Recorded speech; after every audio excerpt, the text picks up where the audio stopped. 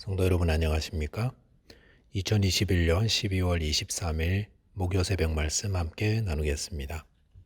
오늘 나누실 하나님 말씀은 욥기 38장 39절에서 39장 4절까지입니다. 본문에서는 동물의 세계에 나타난 하나님의 돌보심에 대한 말씀이 기록되고 있습니다.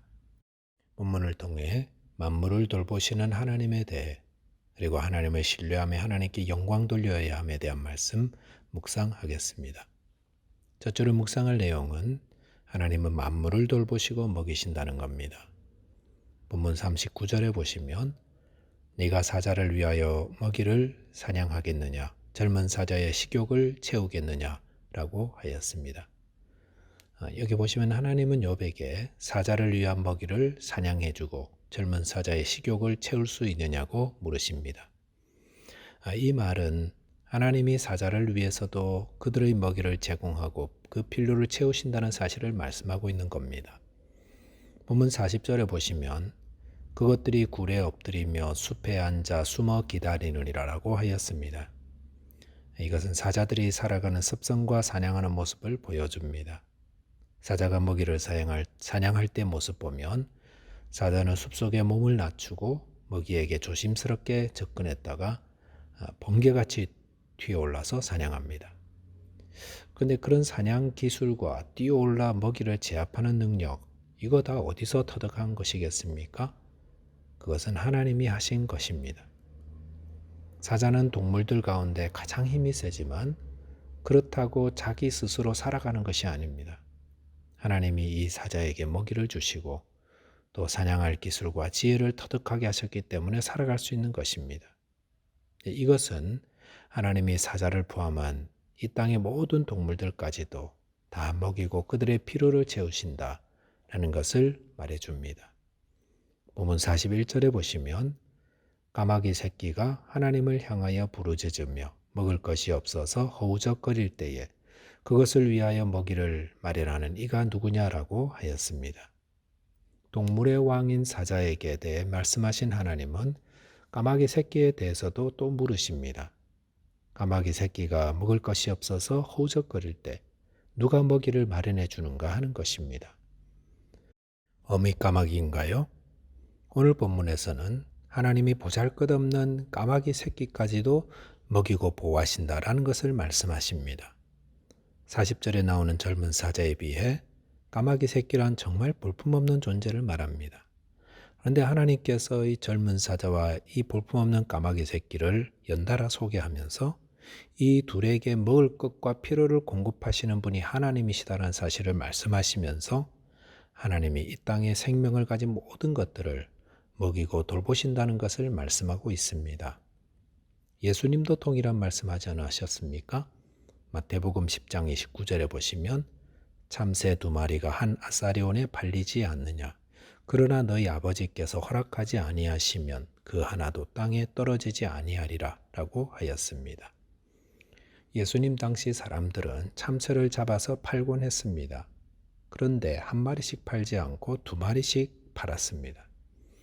그것은 참새라는 새가 아주 하찮은 것을 의미합니다. 오늘 본문에 나오는 까마귀 새끼도 마찬가지고 참새들도 마찬가지고 그런데 그 하찮아 보이는 새들도 하나님이 먹이시고 또 하나님이 허락하지 않으시면 하나도 땅에 떨어지지 않는다 하셨습니다. 이것은 하나님께서 이 땅의 모든 만물들을 세심히 살피시고 먹이시고 또 섭리 가운데 보호하고 계시다는 것을 말씀하십니다. 주님께서 이런 말씀하시는 이유는 무엇일까요? 하나님이 자연보호주의자이시다 이것을 말씀하는 것이 아니라 이를 통해 우리의 믿음을 격려하고 도와주려 하시는 것입니다. 마태복음 10장 31절에 보시면 두려워하지 말라 너희는 많은 참새보다 귀하니라 라고 하셨습니다. 마태복음 6장 26절에서도 공중의 새를 보라 심지도 않고 거두지도 않고 창고에 모아들이지도 아니하되 너희 하늘 아버지께서 기르시나니 너희는 이것들보다 귀하지 아니하냐라고 하였습니다. 성도 여러분, 젊은 사자나 까마귀 새끼나 참새나 또 저와 여러분이나 모두 하나님이 먹이고 입히고 지키고 계십니다. 그리고 그 중에서도 저와 여러분들은 하나님이 더더욱 아끼고 사랑하고 계십니다. 그러므로 우리는 걱정할 필요가 없습니다. 그 대신 늘 먼저 그의 나라와 그의 의를 구하는 믿음의 삶을 살아야 하겠습니다. 두 번째 묵상할 내용은 하나님을 신뢰하며 하나님께 영광을 돌려야 한다는 것입니다. 본문 욥기 39장 1절에 보시면 산염소가 새끼치는 때를 네가 아느냐? 암사슴이 새끼 낳는 것을 네가 본 적이 있느냐? 라고 하셨습니다. 젊은 사자와 까마귀 새끼에 대해 말씀하신 하나님은 산염소와 암사슴에 대해 욥에게 질문하십니다. 욥은 가축들이 많아서 양이나 염소에 대해 잘 알았을 것입니다. 하지만 산염소나 암사슴은 황무지나 가파른 안반 지형에 살아가는 야생동물이라 욥의 시대에 보기 드물었을 것입니다. 그렇기 때문에 욥은 산염소와 암사슴에 대해 하나님이 질문하실 때 아무 대답도 하지 못했을 것입니다. 본문 2절에 보시면 그것이 몇 달 만에 만삭되는지 아느냐, 그 낳을 때를 아느냐라고 하였습니다. 하나님은 욥에게 산염소와 암사슴이 새끼를 잉태하여 낳는 주기나 그 때를 아느냐고 물으셨습니다. 어떤 분들은 이 질문에 대해 산염소에 대해 암사슴에 대해 잘 안다고 말할지 모릅니다. 오늘날 동물이나 자연과학을 연구한 분들께서 야생동물들의 습성이나 생태에 대해 잘 알고 계실 것입니다. 그래서 임신 주기가 얼마나 되는지, 또 얼마 만에 새끼를 낳는지 이런 것들에 대한 정보를 많이 알고 계십니다. 그런데 과학자들이 알지 못하는 것이 있습니다. 그들은 왜 이 동물들이 그렇게 살아가는지 하는 것을 모릅니다. 산염소는 왜 평탄한 곳에 거하기보다 거친 안반 사이를 뛰어다니며 살까? 왜 암사슴의 임신주기가 그렇게 정해져 있을까? 하는 것은 하나님이 그렇게 정하시고 또 지혜를 주셔서 가르쳐 주셨기 때문입니다. 오늘 본문을 통해서 하나님 무엇을 말씀하고 계십니까? 온 땅 만물이 하나님의 주권과 지혜와 섭리로 가득하다. 이것을 말씀해 주고 계십니다. 산염소나 암사슴뿐만 아니라 이 땅의 많은 동물들, 모든 동물들이 하나님 주신 지혜와 능력으로 살아가고 있습니다. 하나님이 독수리에게는 높은 하늘에서도 땅 위의 작은 벌레까지도 볼 수 있는 놀라운 시력을 주셨고 바다의 상어에게는 멀리서도 피냄새를 맡을 수 있게 하셨습니다. 이 모든 것이 다 하나님이 이 땅의 모든 것들을 주관하시고 다스리고 계시다는 것을 말합니다. 다윗은 이 사실을 알고 하나님을 찬송합니다. 시편 19편 1절에 보시면 하늘이 하나님의 영광을 선포하고 궁창이 그의 손으로 하신 일을 나타내는도다라고 하였습니다.